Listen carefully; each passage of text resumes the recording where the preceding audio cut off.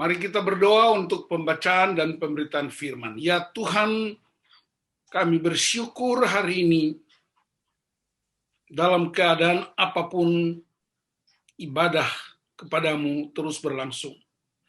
Kami rindu dengar firman-Mu, sebab firman-Mu Allah sendiri yang melawat kami, memulihkan kami, memberkati kami, dan menuntun perjalanan kami. Dalam nama Tuhan Yesus Kristus, Tuhan yang hidup, firman-Nya berkuasa. Haleluya. Tuhan menyertai saudara-saudara. Diberkatinya. Amin. Mari saya undang semua berdiri. Kita baca Yunus pasal 3 ayat 1 sampai dengan ayat 10. Saya baca dengan suara yang kedengaran, saudara-saudara baca, dan suara itu saudara dengar sendiri karena semuanya di mute. Datanglah firman Tuhan kepada Yunus untuk kedua kalinya. Demikian, bangunlah, pergilah ke Niniwe, kota yang besar itu, dan sampaikanlah kepadanya seruan yang kufirmankan kepadamu. Bersiaplah Yunus, lalu pergi ke Niniwe, sesuai dengan firman Allah. Niniwe adalah sebuah kota yang mengagumkan besarnya, 3 hari perjalanan luasnya. Mulailah Yunus masuk ke dalam kota itu sehari perjalanan jauhnya, lalu berseru, 40 hari lagi, maka Niniwe akan ditunggang balikan. Orang Niniwe percaya kepada Allah. Lalu mereka mengumumkan puasa dan mereka, baik orang dewasa maupun anak-anak, mengenakan kain kabung. Setelah sampai kabar itu kepada raja kota Niniwe, turunlah ia dari singgasananya, ditanggalkannya jubahnya, diselubungkannya kain kabung, lalu duduklah ia di abu. Lalu atas perintah raja dan para pembesarnya, orang memaklumkan dan mengatakan di Niniwe demikian, manusia dan ternak, lembu sapi dan kambing domba, tidak boleh makan apa-apa, tidak boleh makan rumput, dan tidak boleh minum air.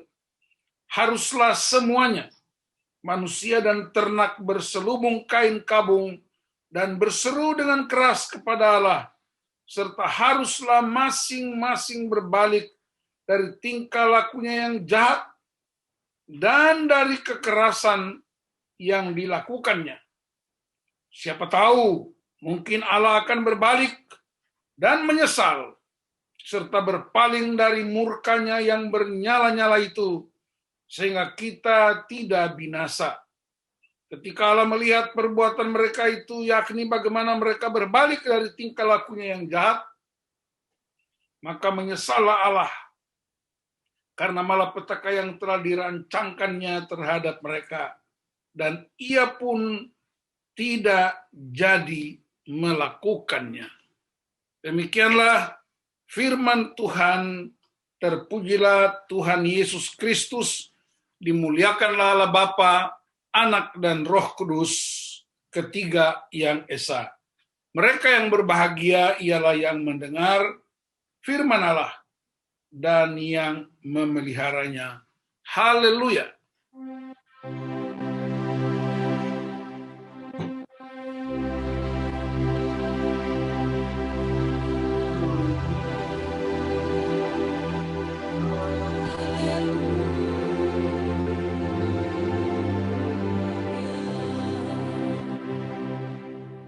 Silakan duduk.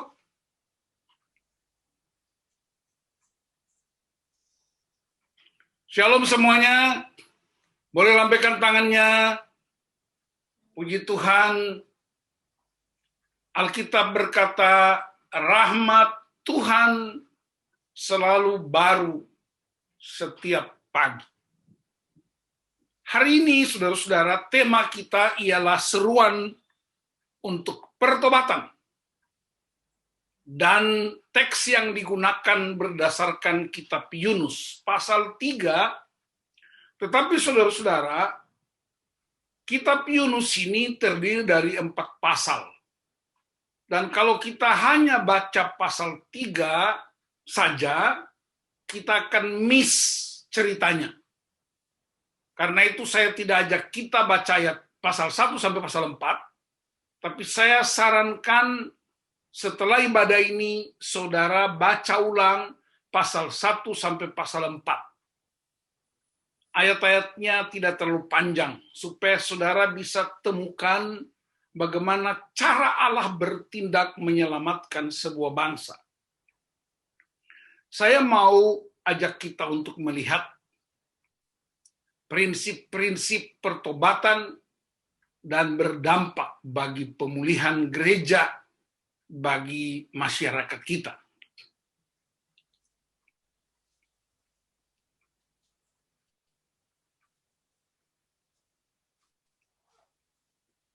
Saya akan share screen untuk menolong kita memahami perintah ini atau panggilan pengutusan Yunus.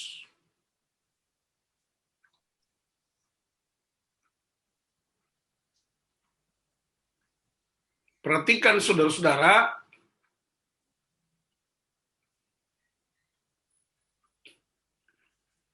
Yunus adalah misionaris pertama dari bangsa Israel untuk pergi ke luar negeri.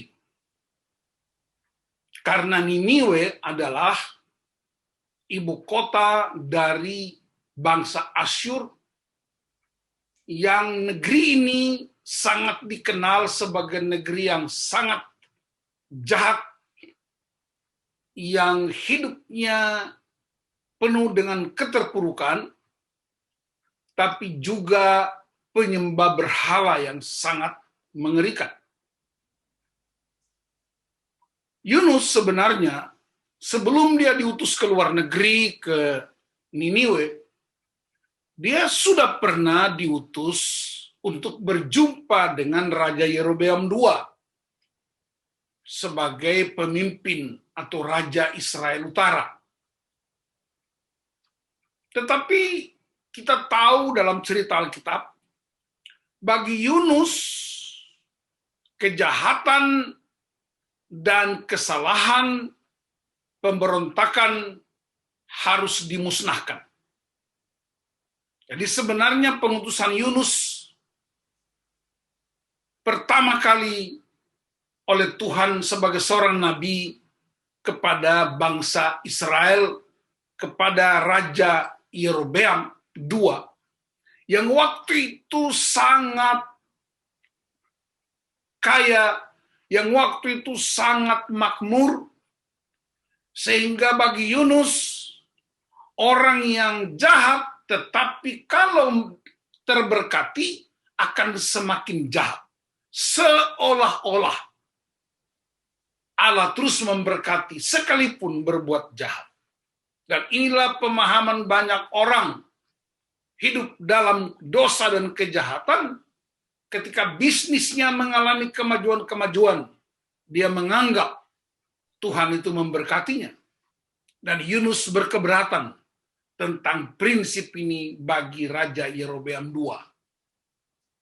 Setelah itu Tuhan mengutus lagi Yunus ke Niniwe, bangsa kafir, bangsa yang jahat, dan menurut peta Alkitab dalam pembacaan kita, Niniwe itu luasnya 3 hari perjalanan. Dan penduduknya 120.000 orang. Cukup luas. Jadi kita bisa pelajari. Perhatikan saudara-saudara, Yunus ini Nama aslinya bahasa Ibrani Yona. Yona artinya merpati.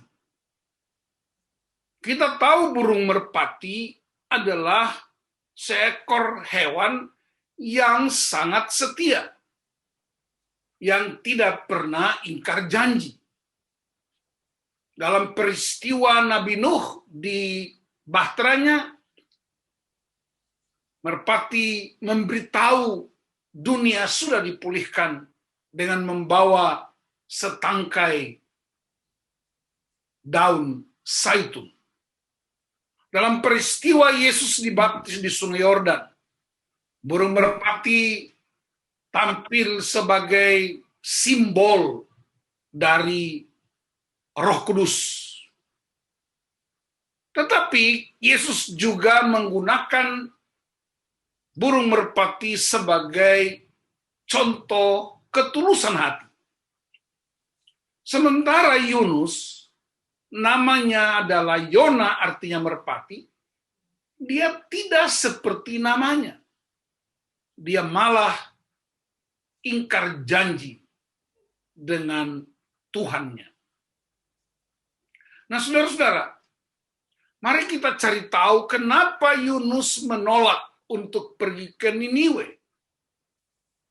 Bagi Yunus, bangsa Asyur atau kota Niniwe adalah bangsa kafir yang tidak pantas mendapatkan rahmat Allah.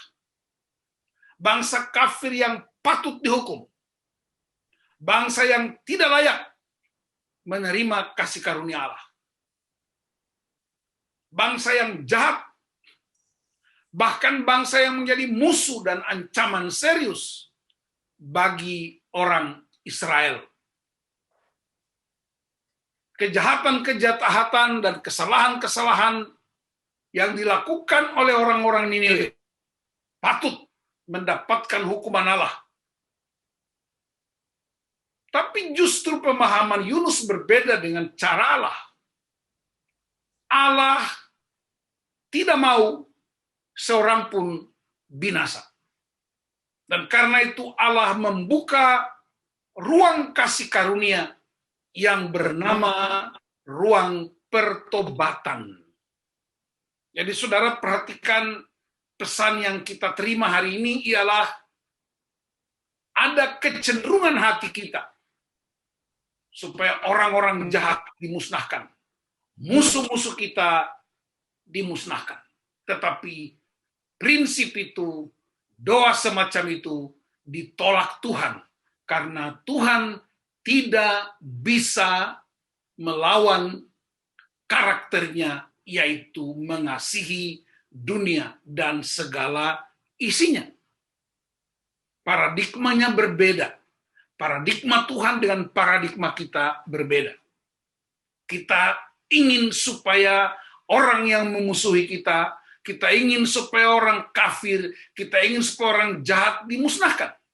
Tapi Tuhan justru ingin supaya mereka bertobat.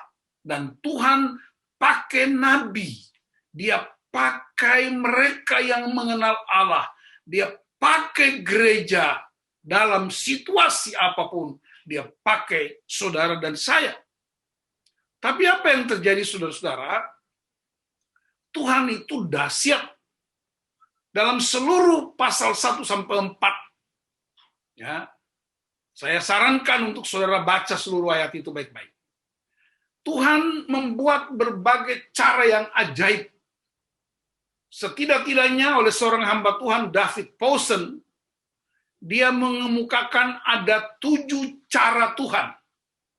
Maaf, ada 8 cara. Yang pertama, ketika Yunus mencoba untuk melarikan diri, dia pergi ke Yafo untuk naik kapal menuju Tarsis. Kapal sedang berlayar. Tiba-tiba Tuhan mengirim angin yang menyebabkan badai kapal dalam keadaan bahaya. Perhatikan saudara-saudara.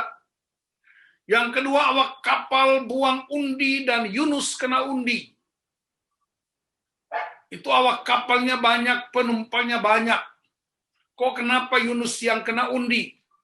Saya percaya Tuhan ikut mengendalikan karena Tuhan peduli atas jiwa-jiwa yang harus diselamatkan. Yang ketiga, Yunus dibuang ke laut dan laut menjadi teduh. Kadang-kadang dalam keadaan-keadaan yang terpuruk, kapal perlu diselamatkan, penumpang perlu diselamatkan, nabinya yang dibuang ke laut. Ingat, penumpang kapal dan awak kapal itu orang-orang yang tidak mengenal Tuhan. Dan Tuhan memilih untuk menyelamatkan mereka dan membuang nabi ke dalam laut. Orang Ambon bilang, kepala batu buang ke laut. Yang keempat, Tuhan mengirim ikan besar. Dalam bahasa Inggris disebut ikan paus untuk menelan nabi, tubuh nabi. Yang kelima, Tuhan membuat ikan besar itu memuntahkan tubuh Yunus di tempat yang kering. Yang keenam, Tuhan membuat sebuah pohon jarak hanya dalam semalam sebagai tempat perlindungan bagi Yunus.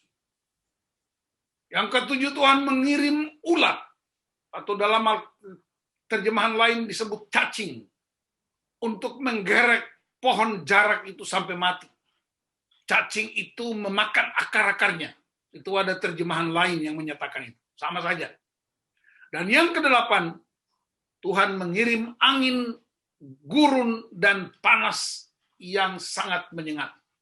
Saudara-saudara perhatikan, hampir semuanya peristiwa alam menunjukkan bahwa Tuhan Allah yang hidup berkuasa atas alam raya.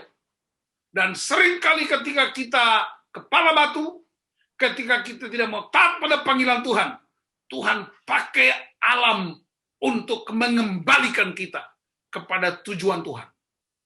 Tuhan seringkali izinkan peristiwa-peristiwa alam yang mungkin kita anggap sebagai cuaca biasa, kita anggap sebagai peristiwa alam biasa, tapi seringkali Tuhan pakai sebagai media untuk membuat kita kembali kepada visinya Tuhan, kembali kepada tujuannya Tuhan.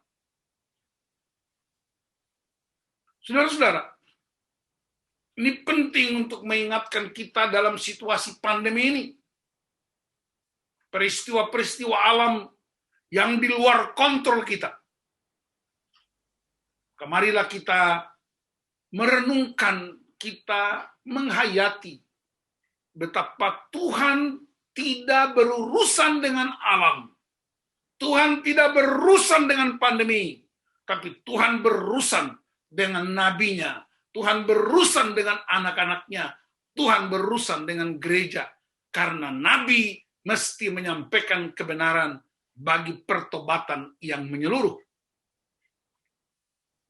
Saudara-saudara, pertanyaan berikutnya, mengapa ikan besar yang menelan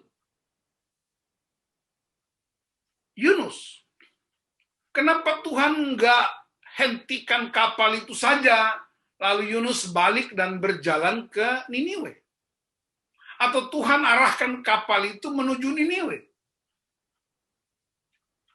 Tuhan punya kuasa bisa mengalihkan kapal itu. Tuhan punya kuasa untuk mengendalikan arus angin, untuk membawa kapal itu mendarat di Niniwe. Tapi kenapa Tuhan izinkan seekor ikan besar untuk menelan Yunus? Seorang penafsir Alkitab di Amerika, dia menerangkan bahwa orang Niniwe itu penyembah berhala yang sangat dahsyat. Mereka punya banyak dewa. Dan kepala dewa dari Niniwe adalah ikan besar. Dan karena itu, Tuhan pinjam casingnya orang Niniwe. Tuhan pinjam kepala dewa orang Niniwe.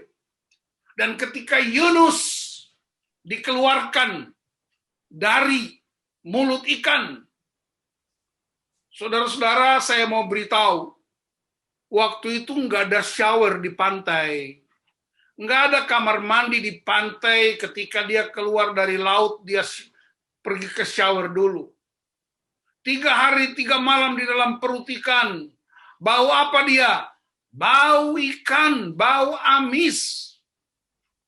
Dan ketika dia berjalan masuk kota Niniwe, orang Niniwe mengenal siapa kepala dewanya. Orang Niniwe mengenal siapa yang mereka sembah. Orang Niniwe mencium bau dewa. Dan rupanya anak dewa sedang melayani kita. Rupanya anak dewa sedang melawat kita. Dan ketika Yunus berbicara, firman Allah keluar dari mulut anak dewa. Seolah-olah itu anak dewa. Jadilah pertobatan yang hebat. Itu alasan mengapa Yunus ditelan ikan besar. Dan Tuhan pakai cara ini tidak hanya membuat Niniwe bertobat, tapi sekaligus menghancurkan jenis-jenis penyembahan berhala yang dialami oleh orang Niniwe. Saudara, ini dahsyat sekali. Dan ini terjadi di India. Kenapa di India Selatan? Di kota-kota besar di India, Gorakhpur, Varanasi, dan beberapa desa, terjadi pertobatan yang hebat di orang India. Ada satu gereja yang bisa memenangkan 50 juta orang Kristen baru. Bukan pindah gereja, bukan pindah pos, tapi pindah agama, pindah keyakinan. Kenapa? Karena seorang hamba Tuhan namanya Victor John. Dia berdoa puasa di India. Dia mengelilingi sungai Gangga bersama dengan beberapa hamba Tuhan. Dan ketika mereka menemukan seorang pria, ingat saudara, di India itu orang hidup berdasarkan kasta-kasta. Ada kasta Brahmana, kasta Satria, Wisnu, Sudra, Parya. Itu tingkatan-tingkatannya berdasarkan nama dan tempat-tempat tinggal. Ketika Victor John dan hamba-hamba Tuhan menemukan seorang pria dari kasta Brahmana yang paling tinggi, pria itu berjumpa dengan Kristus, dia hidupnya diubahkan, dia mengalami Kristus, lalu dia mulai mengunjungi kasta-kasta rendah, Parya, Sudra, dan saudara lihat terjadi pertobatan yang luar biasa. Karena orang Sudra dan Parya berkata begini, mana mungkin kasta Brahmana duduk bersama kami? Mana mungkin kasta Brahmana bisa makan bersama kami, bisa masuk ke rumah kami, bisa bersalaman dengan kami? Lalu pria hamba Tuhan yang bertobat dari kasta Brahmana itu berkata, aku tidak ada apa-apanya. Kita hanya kasta berdasarkan struktur-struktur masyarakat sosial. Tetapi ada yang lebih hebat dari kami. Ada yang lebih dahsyat dari kami. Yesus Kristus Tuhan, Raja alam raya, Raja di atas segala raja, Tuhan dan Juru Selamat. Dia turun bahkan tidak hanya duduk dengan kita yang rendah, tapi dia turun ke dalam kerajaan maut untuk mengalahkan kerajaan maut itu. Dan disitulah, saudara perhatikan, Tuhan pakai casingnya orang India untuk memenangkan jutaan jiwa buat Tuhan. Tuhan pakai casingnya orang Niniwe untuk membuat satu bangsa bertobat. Itulah alasan mengapa Tuhan pakai ikan sebagai media untuk membawa Yunus memberitakan kabar baik.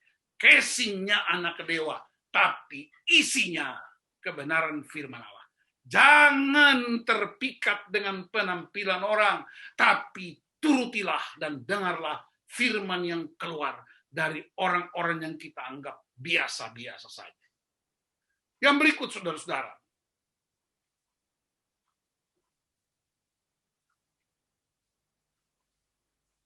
Tidak hanya rakyat yang bertobat. Tidak hanya umat yang bertobat. Tapi raja turun dari singgasananya. Raja memerintahkan seluruh rakyat. Bahkan segala makhluk. Hewan ternak pun ikut berpuasa. Haleluya. Ternyata Kalau Anda tidak mau bertobat, hewan-hewan pun bertobat.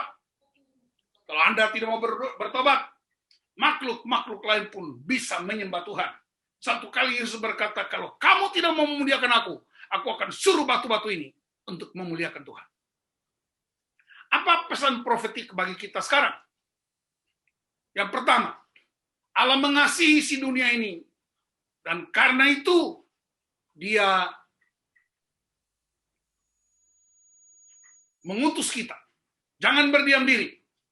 Jangan biarkan orang-orang yang belum kenal Tuhan akan mati dalam kebinasaan.